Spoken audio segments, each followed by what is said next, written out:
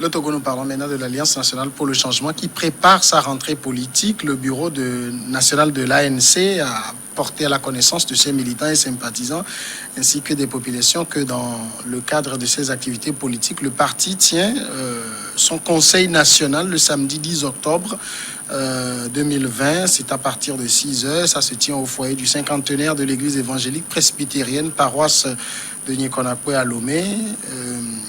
Il y aura donc à revoir un peu un certain nombre de choses au niveau du parti. Ce parti, Messan Fioclou, qui a connu sa pire débâcle électorale le 22 février dernier en obtenant qu'un minable 4%. C'est le réveil du Sphinx le 10 octobre.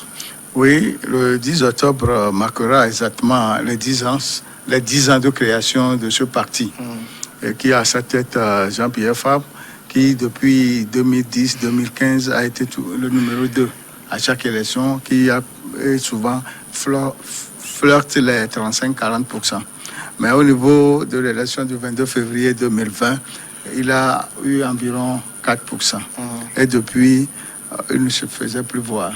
Bon, aujourd'hui, ils se sont réveillés en lançant ce conseil national et pour parler de rentrée politique. Ce qui veut dire qu'ils ont fait leur examen de conscience et ils veulent relancer les activités de leur fédération sur toute l'étendue du territoire. Là, on va voir ce que va accoucher les conclusions et les recommandations de ce conseil de l'ANC. Le conseil de l'ANC, qui sonne comme la rentrée politique du parti, c'est quoi? Ça va être juste, puisque maintenant on a demandé que les militants et les sympathisants ne sont plus attendus, c'est une rencontre qui va se tenir, qui va se limiter uniquement au bureau du parti. Ça va être, je veux reprendre les mots de quelqu'un, une rencontre de copains, de coquins. En fait, c'est d'abord, pour un parti politique, dans une marche institutionnelle, a besoin de se ressourcer, a besoin de se retrouver. Surtout quand on a passé par de très mauvais moments électoraux. Parce qu'un parti politique est créé pour pouvoir conquérir le pouvoir. Et si, dans la conquête du pouvoir, vous avez eu des sérieux problèmes dans les urnes, il appartient à ce parti-là de faire une rétrospective, une introspection, de savoir ce qui a marché, ce qui n'a pas marché, de façon objective et véridique, pour pouvoir se relancer. En dehors de ce que les gens peuvent dire de gauche et à droite. Vous savez, depuis un certain moment, les boulets rouges sont tirés de partout par rapport à ce parti. Et vous savez que ce parti est une dissidence de l'UFC, de Jikis Olympio, aujourd'hui qui est moribonde, dont aucun membre même ne se retrouve au gouvernement. Je parle de l'UFC. Et ce parti, l'ANC, a quand même réussi à assurer le minimum au niveau de l'opposition jusqu'à une période récente. Et ça, on le lui doit. Quand on parle de mobilisation sur le terrain, ils en sont quelque chose, en dehors de certains militants que certains accusent d'être des égarés, des surchauffés. Ça, on en compte aussi partout, dans toutes les formations politiques. Et la deuxième chose, ce sont ces histoires de certains membres certains cadres qui seraient répulsifs à la critique. Parce que si eux-mêmes ils n'arrivent pas à le faire, ils n'ont qu'à permettre que nous on commence par le leur faire pour qu'ils arrivent à faire un bon congrès, un bon conseil, qui seraient réfractaires à des critiques et qui sortent sur des médias. Nous avons des audios, nous avons des trucs, et ce qui, à un moment donné, affaiblit le parti politique. Parce que l'opinion n'a pas besoin de ça. Et une troisième chose est la dernière élection présidentielle, le 22 février, et quand les voix se sont levées comme pour dire qu'Abdoulaye Bome qui viendra en tête, eux-mêmes ils l'ont dit, et que par après il y a une guéguerre qui s'est lancée. Moi je ne voudrais pas rentrer dans cette guéguerre, parce que il se peut que ce ne soit pas les cadres qui entretiennent cette guéguerre, mais plutôt des militants surexcités et revanchards qui entretiendraient cette guéguerre, même si je sais que le patriarche de la dynamique Podro a envoyé certains messages qui ne serait pas toujours plaisant du côté de l'ANC. Donc, il y a ces 3 éléments-là sur lesquels je fonde la renaissance de l'ANC, si renaissance il devait y avoir. Parce qu'il faut pas avoir peur des mots, il faut aller directement au but. Au vu des résultats, parce que même eux-mêmes, ils contestent ces 4%, je ne sais pas comment, parce que nous sommes dans un pays aussi où la fraude, elle est monnaie courante, elle est possible. Donc, eux aussi, ils auront forcément raison de contester les chiffres. Donc, c'est à travers ce conseil qu'on verra ce que l'ANC deviendra, parce qu'il y avait entre-temps une autre force politique, le PNP, qui a repris le terrain de la contestation et de masse. Ce conseil national du 10 octobre, est-ce que ça peut donner l'occasion aux partis de se remettre en cause pour véritablement se relancer? Oui, je voudrais d'abord, avant de répondre à votre question, féliciter le maire de Golf 4, président donc de l'ANC. Et je me dis que le monsieur, le grand frère, est en train de s'assagir. Quand sur un terrain politique, vous avez reçu des coups un certain nombre de fois, on redevient sage. Je crois que c'est cette sagesse qui est en train donc de s'opérer au niveau donc, du président de l'ANC au jour d'aujourd'hui. Quand il a convoqué un conseil pour le 10, et qu'à un moment donné, il a compris que nous sommes dans une situation pas trop bonne pour que beaucoup de monde vienne s'assembler. Le collègue conseiller est devenu maire aujourd'hui, puisque je suis conseiller aussi, et donc a fait preuve d'une certaine élévation d'esprit et d'une certaine sagesse. Et c'est à ça que je voudrais le féliciter. Et je voudrais que les autres partis politiques et leurs chefs de partis politiques aussi commencent par s'assagir de cette façon pour que le pays puisse évoluer. Quant à ce qui peut ressortir de ce conseil, je crois que l'ANC, je reviens là-dessus, a reçu beaucoup de coups. Et surtout, ces derniers coups lui ont été assénés par ce que nous appelons aujourd'hui la dynamique Monseigneur Kodjo. Monseigneur Kodjo n'a pas hésité à vilipender l'ANC et son président qui l'appelait un Judas. Vous vous rappelez? Oui. Et donc c'est ça qui a joué négativement contre l'ANC lors de ces élections. Et ils en ont tiré les conséquences. Ils se disent aujourd'hui que l'ANC a été le deuxième parti après l'UNIR au Togo pendant longtemps. Et quand l'UNIR allait même organiser ces élections, enfin, quand on allait organiser ces élections présidentielles dernières, l'UNIR ne voyait pas devant lui la dynamique. Elle voyait plutôt l'ANC. C'est un grand parti, ça il faut le reconnaître aujourd'hui. Ils ont fait du travail. Quitter l'UFC pour devenir ce qu'ils sont aujourd'hui, c'est un grand parti. Et donc ils ont eu des déboires, et les dernières déboires ont été trop fortes. Quitter 30 et quelques % des présidentielles pour aller à 4% des élections, il faut quand même comprendre quelque chose. Et je crois que ça permettra aux partis de revoir le chemin parcouru et de se poser les questions sur les écueils et sur ce qui fait aujourd'hui qu'ils sont crédités de 4% seulement. Et donc je crois que si ce travail est bien fait, et le parti aura à revenir sur la scène politique, à se refaire une santé normale, en laissant donc de côté ces insultes qui les ont frappés, qui les ont discrédités, qui ont fait que leur leader n'a pas eu le rang qu'il devait occuper normalement sur la scène politique togolaise. Donc on ne peut que leur souhaiter bon vent et demander à ce que ce parti se responsabilise beaucoup plus encore, d'autant plus que le leader aujourd'hui a une grande responsabilité à cause de l'ACOP et l'Amérique qui l'occupe. Donc cette grande responsabilité, il doit également démontrer cette responsabilité au niveau de son parti, pour que le parti puisse jouer le jeu qu'il joue, le jeu qui est le sien pour une bonne démocratie autour. Est-ce que, M. Fioclo, on peut s'attendre à ce que ce Conseil national du 10 octobre propose des mutations au niveau du parti pour la redynamisation?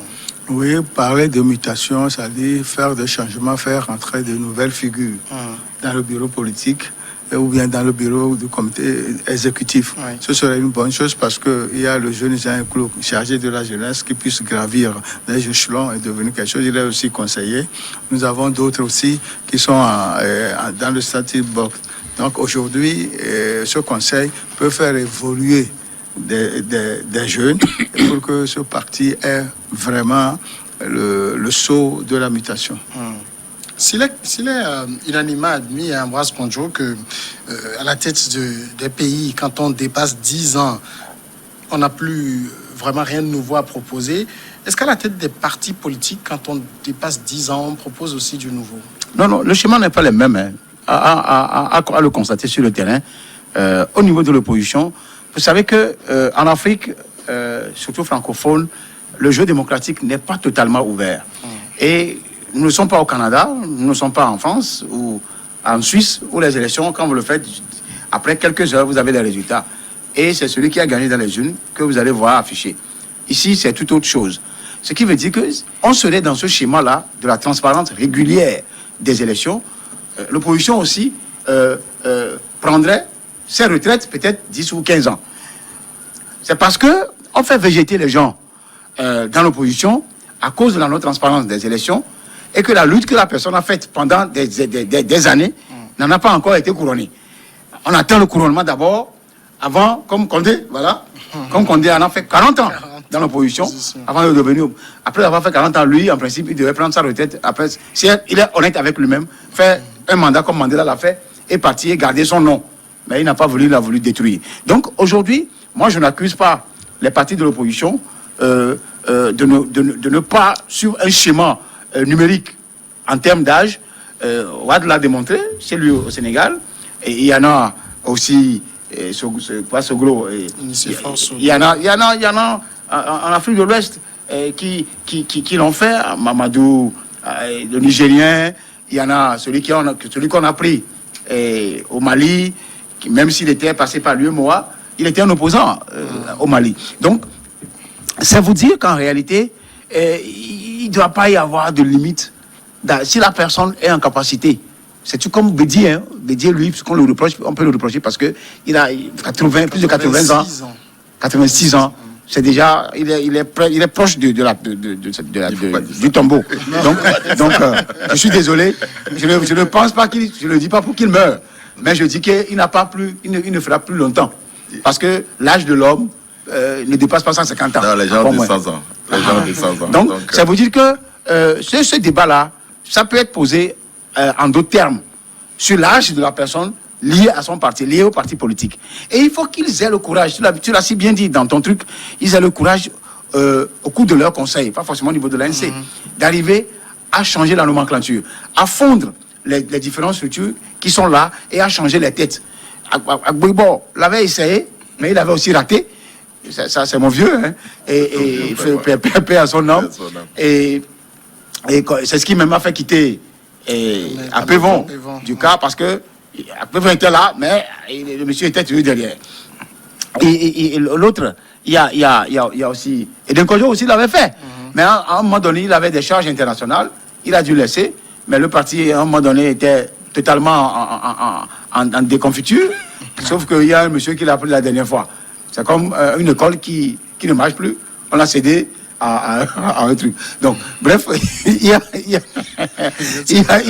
n'y a pas une question d'âge au niveau du temps que la personne fera à la tête du parti, mais plutôt c'est son âge lié à sa santé qu'on doit évaluer pour savoir s'il doit encore faire là-bas ou pas.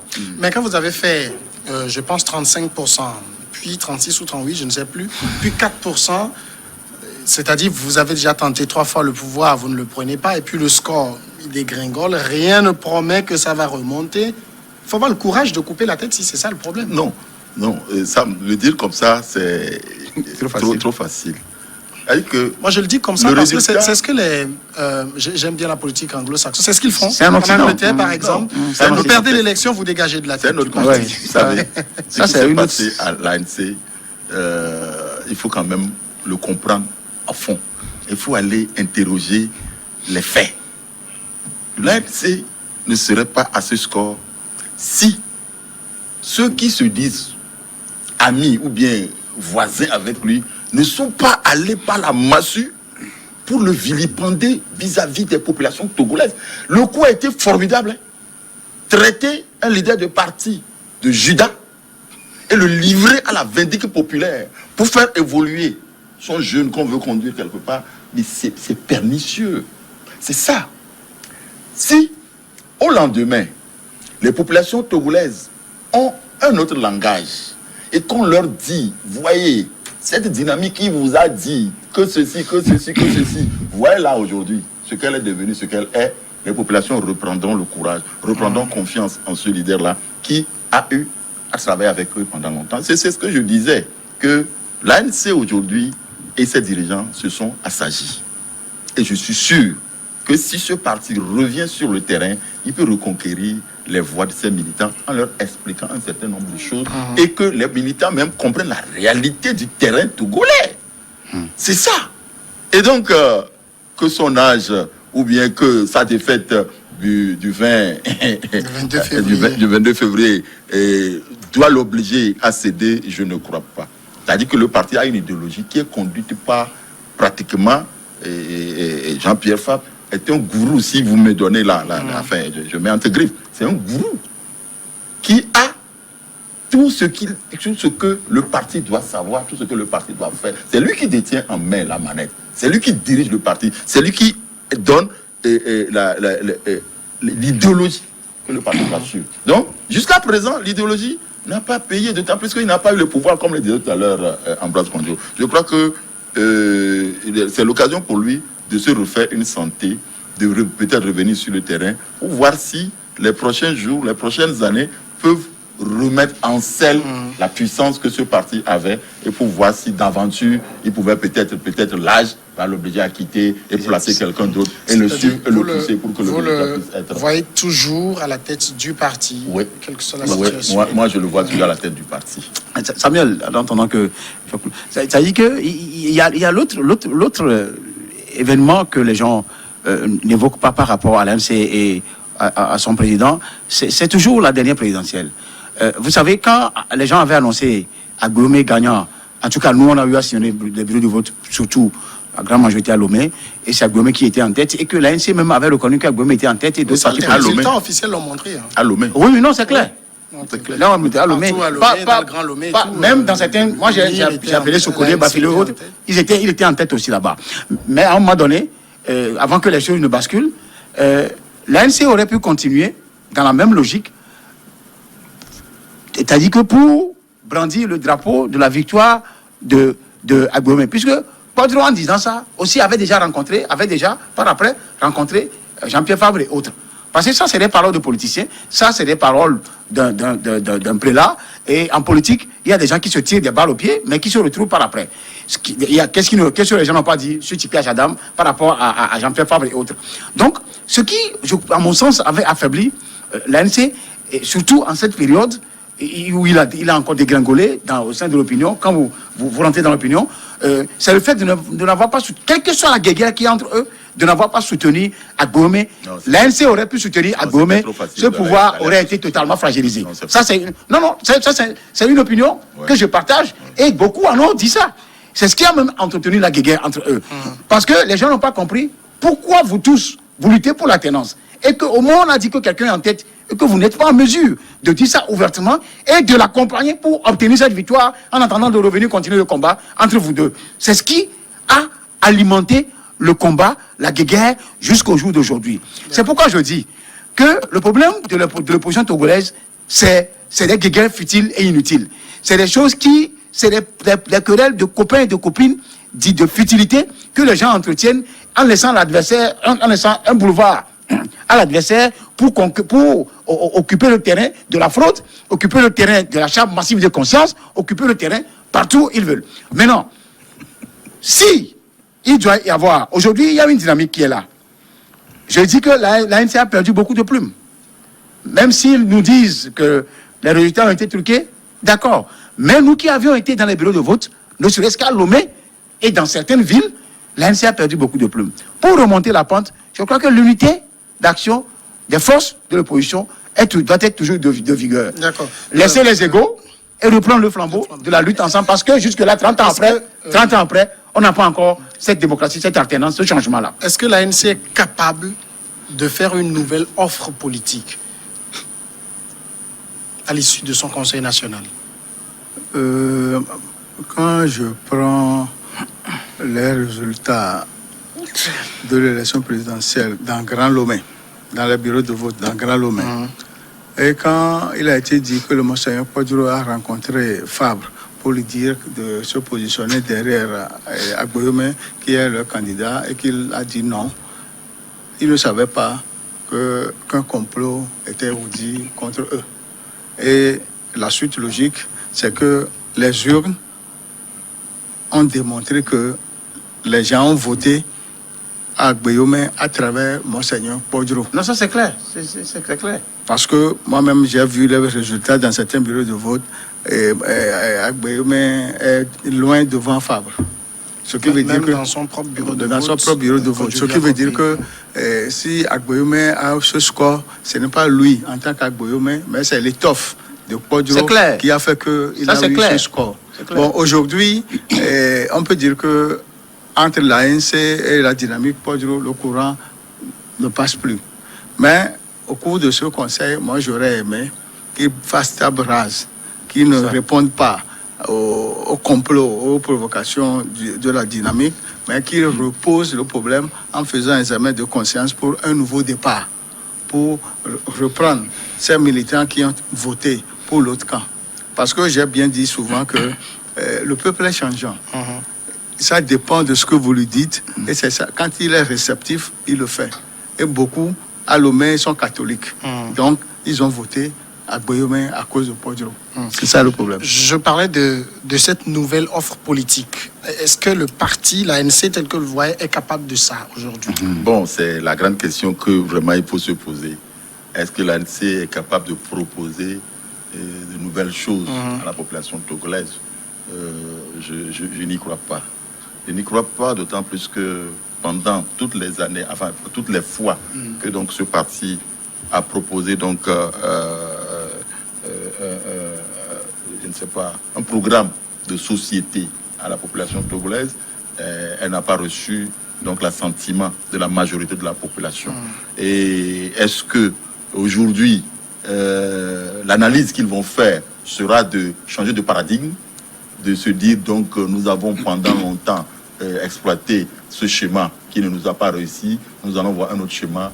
Bon, si jamais l'idée va jusqu'à ce niveau, je crois que ça peut porter ses fruits. Mais si jamais on se dit que non, le président qui est là, il a fait trop de temps, nous aussi on peut y arriver sans rien proposer de concret et que nous allons faire la même chose. Donc je crois que ça ne sera pas bénéfique pour le parti. Voilà. Donc à eux donc de savoir quel langage il faut tenir lorsqu'ils seront à ce conseil-là et quelles propositions ils veulent pouvoir faire à la population togolaise qui ne soit pas celle-là qu'on a toujours fait et qu'on a eu à marcher pendant des années pour réclamer une victoire qu'on n'a pas vue. Oui. En fait, quand on parle d'élections dans ce pays, les observateurs indépendants vous diront que l'ANC, Jean-Pierre Fabre a gagné en 2010 et en 2015 les élections présidentielles.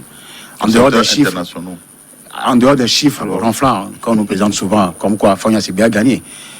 Parce que Fonia Sibé n'aurait pas gagné, tout ce qui l'entoure, le clan, serait déjà dans le Mississippi. Donc, il faut tout faire. Ça veut dire quoi? Ça veut dire quoi, comment? Ça veut dire que c'est des gens qui n'existeraient plus. Donc, ceux-là qui sentent, ça y est, des gens qui sentent leur mort prochain arriver, ne voudront jamais laisser Fonia Sibé tomber dans le Mississippi avec eux. Donc, il faut tout faire pour le sauvegarder, et c'est à travers la fraude. Je l'ai dit tantôt par rapport à la question guinéenne. Donc, aujourd'hui, je le dis, tout comme Bobaki Tani avait gagné, entre-temps, et Jékris aussi avait gagné, c'est le même scénario qui sont produits jusqu'au jour d'aujourd'hui où Yagboyome aussi avait gagné. Regardez tout dans les Donc, pour les Togolais intelligents et subtils et comment vous l'appelez, lucides, ils savent ceux qui gagnent toujours les élections dans ce pays, y compris les élections législatives, où on a pris un bic, une feuille, on a écrit des noms. Toi, tu es ici, tu es là-bas, tu es ici. C'est ce qui s'est passé. Je ne suis pas le seul à le dire. Les gens ont été nommés. Ceux qui l'ont dit aussi Et les gens, les personnes ont été nommées, les élections, nous les avons vues. Et ceux qui font, ceux qui se taillent dans les couturiers. On a écrit son nom. Vous savez. Non, est-ce qu'on a mis le nom d'Agboyome? Nous sommes dans un contexte de l'élection présidentielle. Oui, quand je lorgne, c'est possible. Quand on a nommé les gens, c'est possible. Parce qu'en ce moment, Agboyome n'a pas encore fait. Koula si bien dit que Agboyome a eu chance parce que c'est comme Podjoro. C'est le rang de Podjoro qui a amené Agboyome. Et ça, c'est incontestable. Maintenant, Agboyome aussi peut se retrouver dans la liste des nominés. à ce moment-là, en 2018. Un nominé ou bien nommé? Les nommés, je suis désolé. Ouais. Puis Donc, c'est- il était nommé puis là. je suis désolé. Qui les a Si les nommés gens sont alors? nommés, Qui les a nommés? tout quand on prend les bics, géopolitiquement, on dit pour nommer des gens au gouvernement. Dans une antenne Non, c'est eux qui posent des questions, internationale, je leur réponds. c'est Donc pour ça. finir, Le ministre a derrière, Arrêtez ça. je pense que les gens nous cessent de nous rabattre les oreilles des élections transparentes. Il n'y en a jamais eu dans ce pays. La seule, les deux élections transparentes qu'on a eues dans ce pays, c'est en 58 et en 94. Point, un bar. Maintenant, pour parler de Jean-Pierre Papes, je crois que ce conseil doit tracer un chemin nouveau à ce parti, d'avoir le courage de changer les gens au niveau du conseil, au niveau de leur organigramme même, comment on va l'appeler, du bureau. Du bureau, ouais. Trouver un poste de conseiller à certains qui sont trop, je ne dirais pas virulents sur les médias. Je ne veux pas citer des noms pour Jean-Pierre Papes, c'est lui-même, s'ils ont le courage à l'ANC de faire le cure au sein de ce parti va émerger, peut émerger à tout moment. Mais je dis qu'ils ont perdu tellement de plumes parce qu'il y a aussi d'autres allégations de corruption par rapport à ces histoires de quelques millions. Les gens vont prendre de l'argent la nuit, tout comme ils sont allés déjà voir Fabre prendre l'argent quelque part. Et c'est des choses qui sont faites. Le seul opposant, jusqu'au jour d'aujourd'hui, je crois, dans l'opinion, avant que ces élections de février ne créent la surprise, c'est Jean-Pierre Papes. Je suis désolé. Et c'est le seul que le pouvoir a toujours eu peur. Maintenant, il faut tout faire. Et j'ai compris que dans l'opinion, sur le WhatsApp, sur les réseaux sociaux, il y a des petits bleus qui font tout et tout pour vous dénigrer, pour vous noyer dans le Mississippi, et que vous n'arriverez jamais à vous en sortir. Et on comprend que c'est des gens qui sont là, des Judas, qui sont là pour nuire. Ils ne font pas moins. Maintenant, je recommande à Jean-Pierre Papes et son ANC et à Gbome de s'entendre. D'accord. Ils Quand je s'entendront disais qu'ils jamais. ne De font pas s'entendre moins, pour aller à l'unisson. oui. On Quand n'a je- pas encore l'alternance quand au Togo, d'accord. ni le changement. C'est comme quand je disais qu'ils ne font pas moins eux aussi sur les réseaux sociaux, puisque Basile parlait d'assagissement au niveau de la ANC. Je m'amuse sur certains réseaux sociaux à voir des, je ne vais pas donner de nom, mais des gens du bureau de l'ANC dans certains écrits. Vous tombez des nues, vous n'avez pas le sentiment d'avoir des gens responsables, politiques voilà. de haute trempe. Vous avez l'impression de petits gamins, de gamines qui s'amusent avec des claviers de téléphone. là. Il faut changer tout ça. Il faut changer tout ça. Et moi, je proposerais même que Fabre démissionne de la tête de ce parti pour se consacrer à la mairie, commune à Gogne et à Golf 4. Et la deuxième vice-présidente, Madame Isabelle Ameganvi aussi, qui est l'adjointe là-bas, donc à se consacrer à leur mairie, laisser les histoires de politique là. D'abord, c'est une bonne. Tu as déjà fait le conseil. Merci, Vincent. Vas-y, la go, C'est toi qui merci. décides. Merci, Moi, j'ai Ambroise. dit, je propose. J'ai fait une proposition. Merci à tous. À demain.